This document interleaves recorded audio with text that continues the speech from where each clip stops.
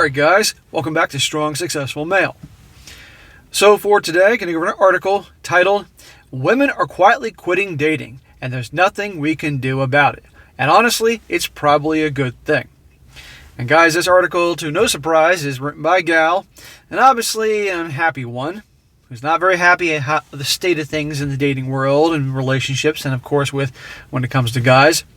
And she's going to be talking here about how obviously more and more women, I guess what that she knows, are walking away from dating, walking away from relationships, the whole 9 yards.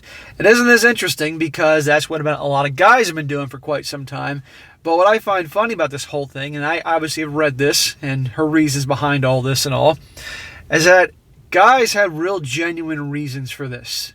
I've covered them plenty of times in other articles. You guys that watch me all the time, other videos, and you guys that watch me regularly, you know what I'm talking about, or you yourselves have experienced reasons why you or others are doing this. But her reasons are just some of the dumbest things I've heard. Just to be perfectly honest, someone that's obviously been rejected, or other gals have been rejected, so it's easier to say, well, we're walking away because of this, and this, which really aren't that big of a deal, or exaggerating this, and this. And that way then I can say I'm walking away, I'm alone by my own choice, as opposed to that I say and do things that turn dudes off that don't want to be around me. That's what's really going on here. And so I'm going to go through this. She's going to have her reasons and all that. And you're going to hear everything from about what guys do, not enough good guys out there, big surprise there, to other areas about how we can do it all ourselves, and using medical science to get pregnant, all this other crap, which I'm going to tear apart. So it starts off, says, today I took a bath and got a phone call, and I answered it. It was my best friend, and she was in a bad spot. She is currently stuck in her house without her cell phone or any way to access her finances because of a bad date that went horribly wrong. Must have been a pretty bad date. She, like many of my friends, desperately wanted to find a special someone. In the past couple of years, it was specifically marked by pain, bad breakups, problems, and several bad physical issues left her feeling at her lowest. She says, I need your help, she said. What do you mean, I said. Dating. I can't do this anymore. Every single time I go out, I end up being victimized. It's getting to the point where I'm afraid to go to the nightclubs. Dude, I think I might be better single. Okay, so she described the situation of bad breakups, problems, different bad assaults, all those things there.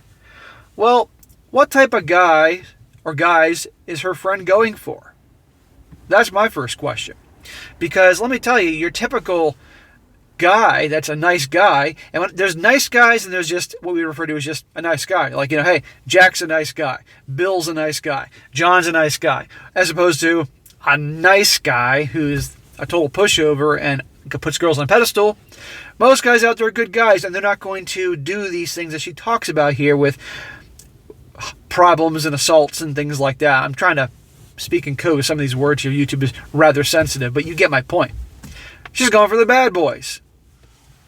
So what do you expect? And the problem is that they label all guys out there to be, you hear it all the time in movies and TVs and songs on the radio, how all these bad boys breaking those girls' hearts and doing these awful things. That is a small percentage of guys. Majority of guys don't do that. They're good guys. And it'd be great relationship material, boyfriend material, husband material. Not that I want them to do that, but you get my point. But back to already putting the whole male population into this one box, and we're all that way. No. And so people want to say, hey, yes, I said, it sounds like you're putting all women in the same box. No, I don't. I make it clear all the time. I say all the time in my videos, not all women, which ruffles some feathers to guys that watch me, but that's my opinion on this. But the gals want to put us all in one box. It's ridiculous. Anyhow, she says, my heart broke for her, but at the same time, I both understood and was not surprised. She is not the first of my friends to shrug off men as a whole, nor do I believe she is the last. Rather, she's part of a very quiet movement happening underneath society's nose. A quiet movement. I'll let you in on a secret that's not being televised too frequently. Women are getting fed up with men, often to the point that they wash their hands of even trying to get in a relationship. Well, who are the types of men they go for? If they're going for the Chad and Tyrone bad boy types, okay, I can kind of see where they're coming from, because those guys are going to have their fun with them and toss their ass to the side of the road. That's how Chad and Tyrone roll. But these gals still always go for these types of guys. Okay, but to act like all the dudes out there are like that, that's nonsense. But then there's the other element there of, oh, not enough good men out there because I want a man that's 6 feet tall, 6-figure income, 6-pack, 6 inches down south, 2 master's degrees, speaks a foreign language, plays a musical instrument, does housing for humanity, whatever the hell it's called. You get my point. A guy that doesn't exist, that has all those categories. The expectations and demands are too high. Oh, not enough good men out there, so I'm going to be by myself. I know women that have gone down this path, and they're miserable. They're in their 40s and miserable because they don't have the family. Their expectations are way too high. They saw themselves as so valuable, they deserve the best of the best of the best. And the guys they did go for, might I add, were the bad boys that tossed their ass to the side of the road when they had their fun with them, or when they were finished having the fun with them. It says, it's not just my observation either. According to multiple sources, women are increasingly choosing to stay single rather than date or marry a man. This is particularly true for women over 30 who are experiencing dating fatigue, as well as women who have already divorced once. Probably because now the women are over 30, they're not as in demand as they were in their late teens and 20s, the woman's prime, and they're pissed off they don't have guys chasing after them at the same level as they once were before. Or maybe they don't look as good as they did when they were younger, like I said. And so but they still feel like they're entitled to the top guy, and therefore, well, I can't get them, so I'm going to be alone by my choice.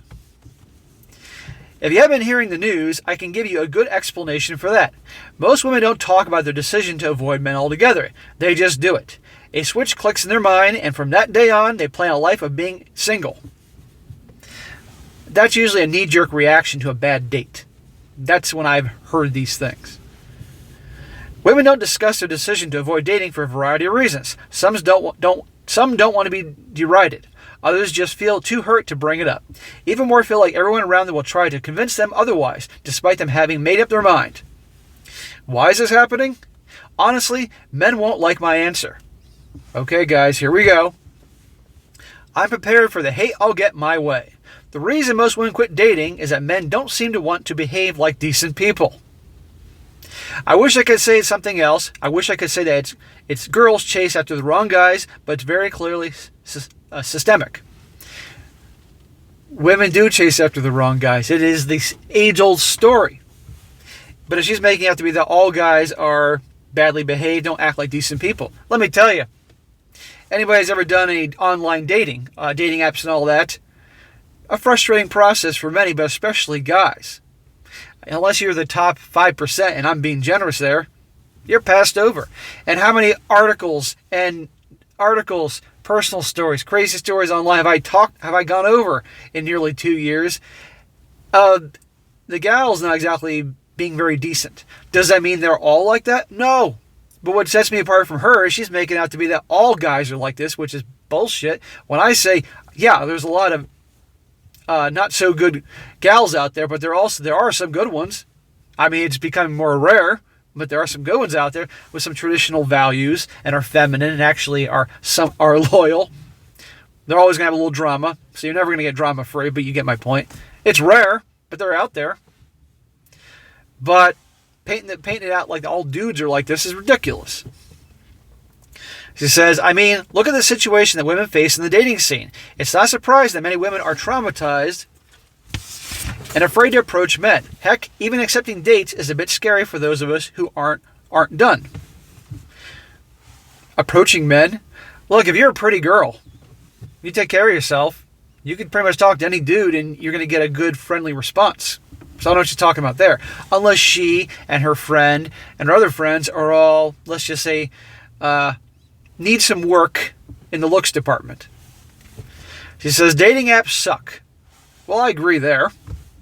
It's no secret that women have a bad time on dating apps. Because you're too picky. Women constantly have a field crude harassment from men in the forms of lewd messages and unsolicited pictures. Contrary to popular belief, it's not as easy as just being skinny and guys will hit on you. It's just bad. Romance is kind of dead. Getting guys to pay for a dinner date feels about as easy as pulling a cow up a tree. Okay, so I'm going to start with the dating apps. Yes, we can all agree the dating apps suck. All right, for guys, unless you're the top 5% and have certain qualities, you're going to be ignored. And let's be honest, certain dating apps like Tinder are complete cesspools. Let's be honest there. But the gals have it way easier. Now, the gals, it's different. They can get a good-looking girl can get bombarded with messages and emails and all that, to feeling like they're overwhelmed and being just, I can't take it. And do they get, let's just say, like lewd messages and stuff like that, unsolicited pictures? Yes, and that's not cool. And I agree with that. But again, to paint the picture that all dudes are like that, come on here. And this whole part about romance is kind of dead. Well, who do you think killed gentlemen? I've heard the complaint all the time, there's no gentlemen out there, we're all the gentlemen. Well, we know what movement killed that. Because God forbid a guy opens the door nowadays and he's out with the wrong girl who he didn't screen very well, who's a bit of an effeminist, and she'll want to bite his head off for opening the door for her. Or pulling out a chair. Or guys do these traditional gentlemanly type of gestures, and immediately they're perceived as being trying too hard or trying to kiss her butt. His kindness is perceived as weakness, and he's dumped for the guys that don't do that. So if anybody wants to complain, gals should not complain that there are no gentlemen or romance is dead, because when guys would do these gestures, it backfires. So when women start acting like ladies, believe me, you'll start having gentlemen. Too many men have too little to offer. Here we go. The market for a decent life partner is slim as fuck. Oh, didn't mean to curse. It slipped. And most men who hit women up dangle a wedding ring, like a carrot on a stick. Some will allow themselves to live with women for decades, no commitment on their end. Women don't want that. They want a real companion. Okay, so right here, the market for a decent life partner is slim as F. Let me tell you, like I said, define decent. Is decent, he must make over $100,000 a year when he's like, 26. He must be 6 feet tall. He must, lots of musts there. Is that the definition of decent? Because believe me, you got plenty of decent guys out there, good guys, make great husbands, good boyfriends, but they're not going to be 6 feet tall. They're maybe 5'10" or 5'9". They may not make $100,000 or more a year, but they make 92. They may not have a six-pack, but you know what? They have a two-pack, and they're fit.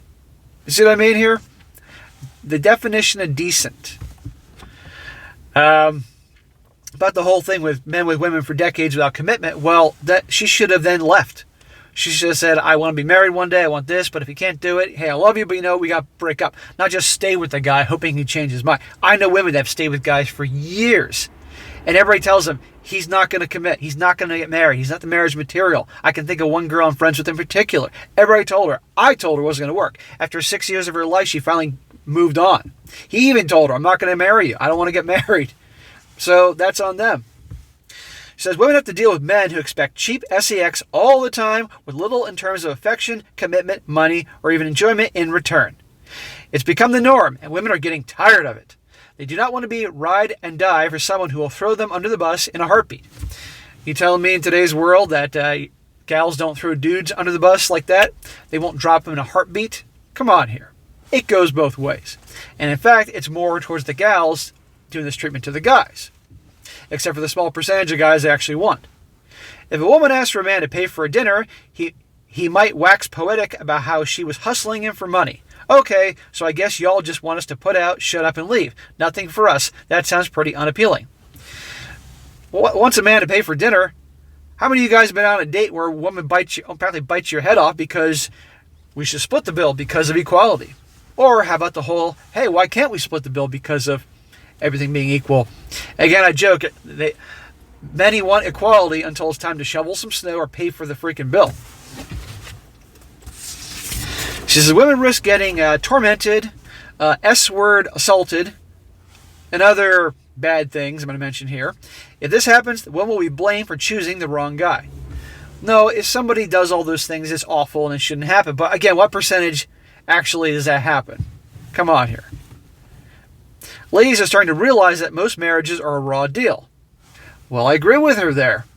If a relationship does progress, women will categorically work more at home than men, despite also being increasingly expected to have a job. There are tasks and duties around the house that are much better suited for a woman. It is what it is, okay? Yes, men are capable of cooking and cleaning and all that type of stuff, And believe me, I'm a decent cook. I enjoy cooking, but a lot of guys don't. I hate cleaning, but I'll keep my place looking pretty darn good. But I guarantee you, because I've lived with women, my definition of clean doesn't come close to their level of clean at the end of the day. So when it comes to the household duties, particularly cleaning, it's just better for the gals to do that because they're going to do it way better than us. But we have different definitions of what's clean and what's not clean. But her thing saying about marriage being a raw deal, okay, there's one thing I agree with her. That is definitely true. But marriage is a much better deal for the gals than the guys. Absolutely. So, exactly what would a woman gain from waiting through 100 entitled men who won't even pay for a coffee? A chance at the rare guy who's worth it. After a certain amount of rejection, it's easy to see why women don't want to invest time into finding Mr. Right anymore. Why can't a woman pay for the coffee for the guy for once? There's an idea. Bad experiences. Most women I know end up having at least 2 men refuse to take them on proper dates, accidentally bringing up a fancy restaurant they suddenly can't afford, or worse, lose their wallet at the said venue.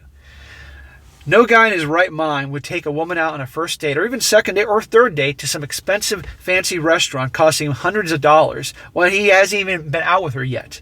I tell guys all the time, your first date, 1 drink. You're in and out in 20 minutes at best, and you'll know right then and there whether you like her or not. Instead of shelling out $200 or more at some fancy steakhouse for a girl you haven't even met yet in person, and she doesn't even like you. And also, you're wasting your time being there. And her time is being wasted. So, of course, guys aren't going to be shelling out the kind of money they once did. And I teach guys not to do that, so she can hate on me for that one. Men laugh at putting in minimal effort to get laid. At times, women find themselves stigmatized by a player who made sure to tell everyone they slept with them. Sometimes a handful of bad boyfriends is enough to have women say they're done. Well, that's not cool for a dude to go around telling details about what he was doing with the girl. I agree with that. But again, you said handful of bad boyfriends. Well, who are the guys they're choosing? Come on here. The negging, the poking at women, and the way men pick them apart, and the way women always get scolded for speaking up about the way they get treated are pretty horrible. I would say it's traumatic. When I dealt with this kind of stuff, I had a period of time when I said I wouldn't date again. While I may have changed my mind, when I met my spouse, women are totally within their right to choose to stay single out of fears for their own safety and mental health. Come on here. How many really have to be worried about safety and things like that? Come on. And let me tell you, and at times something physical harm happens. I'm trying to watch my words here. Yeah, that's awful, and that's on the guy. But what percentage of the time that happens? If she's careful, if she does a serious screening process, listens to her gut, and instead of choosing the guy that's mysterious and all that, but yet she can sense there's something off about him, but goes for him anyway, that element's on her decision making. But nobody should be physically harmed during a situation like that. But not all guys are like that. The vast majority would never do that. Says no need for a partner. Women who want families have the opportunity to get their own child whenever they want. A fertility clinic is just a call away. Women can have their own jobs, and they can also nurture entire social lives for themselves. In the past, women were not given a way to support themselves. Their entire status depended on who they married. This is no longer the case, and the stigma towards singleton is starting to fade. Well, the whole, we can just go off to a fertility clinic and use medical science to get pregnant and have the child ourselves is not as easy as it's made out to be. I know a couple women have done this, and believe me, it's cost them a fortune to do that. And keep having to do it over and over again. And it doesn't mean you're going to actually get pregnant or have the pregnancy go through to childbirth. Because there are women that do these things, the fertility clinics, later in life, and they can initially get pregnant, the artificial insemination, and a few months into it, boom, they lose the child because they're too old. Okay? It is what it is. And I'm not making fun of them or trying to be harsh. I'm just laying out some facts here. So this whole idea, I can go get my eggs frozen, or I can do this. It's going to cost you a fortune, and it may not work. So you got to be aware of that. She says, so what now? Honestly, I don't know. I do not expect the men pushing women to quit dating to emphasize with ladies. if the trend in Korea takes hold in America, we're going to see more and more women choosing singleton for the rest of their lives. Well, it is what it is. If it happens, it happens. But at least there'll be a lot of cats that have homes. Okay, I'm a cat lover, so there'll be a lot of kitties that have homes, or dogs. So that's one silver lining there. Is this a bad thing? To a point, yes. Many women will mourn the lies they look forward to that never came. So will a lot of men who end up perma-single because their misright gave up before they met them. Well, I can tell you a lot of guys aren't going to care. However, I try to be hopeful. Maybe this is the push we need to turn dating into something enjoyable again. Or maybe it'll be the reason that makes people realize that being alone is better than being with the wrong person. Who knows? Well, I do agree by her part on marriage, and I do agree that it's better to be alone than with some awful person or someone that's completely wrong for you. And I do agree with that part. But the idea that the majority, or shall I say the vast majority of dudes are what she described in this article is ridiculous. Most guys are good guys, but the problem is that the demands, and let's be honest, let's call it what it is, demands are outrageous. Guys have this to be decent. Come on here. You know, for guy, when it comes to us, what we need is very minimal. I mean, literally, is she pretty and takes care of herself? Do we find her physically attractive? Does she have to be the hottest girl in the room? No. I mean, that we'd love that, but if we find her physically attractive, she's thin, pretty face, takes care of herself, okay, that's a major issue, major plus, okay? We're in. Is she supportive and cool, fun to be around, good sense of humor? Okay, we're in. And of course, loyalty and other things. But the point is, we don't need to have all these laundry lists of demands met to find what is considered to be a decent gal. But the gals have these laundry lists so long, it's no wonder that so many are single. Then they get to their 30s and that's it, I've given up because all guys are scum, da-da-da. Well, who are the guys you've been going out with? Or there's no good guys out there. Well, because you're so picky. And I can use fertility clinics to get myself pregnant. I can have a family because I can afford it. Well, it's not as easy as you think. And I know gals have done this and have struggled with this. So, at the end of the day, stop being so picky. Stop being so ridiculous. Give your decent guys out there, and there are plenty of them, a try. And you'll be amazed at what you may find things may be a lot better than you think. But anyhow, guys, that is it for today. I was going to read some comments, but this thing's gotten pretty long, and I don't need to go through it. Plus, I got stuff I got to do today. Be sure to comment down below. Let me know what you think about this. Let me know what your opinion about how now women are walking away. I'd like to hear your opinions on that. And be sure to like the video, share with your friends, and subscribe. And I'll catch you next time.